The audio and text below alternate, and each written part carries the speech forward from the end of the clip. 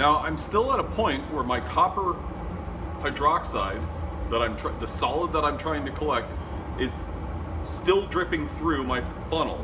As you can see, this solution, well, I've still got some copper ions free in there.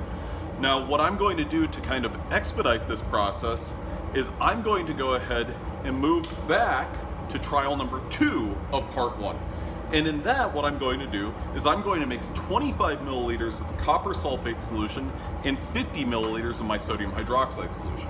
So I'll get my graduated cylinder and pour 25 milliliters of my copper sulfate.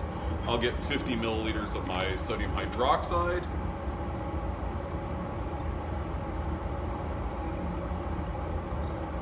And now what I'm going to do is add my copper sulfate or my sodium hydroxide to my copper sulfate.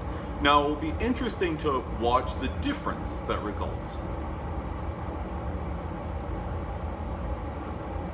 Okay, so what was my major difference in my solutions? One of which was I had more sodium hydroxide in the first trial than in my second trial.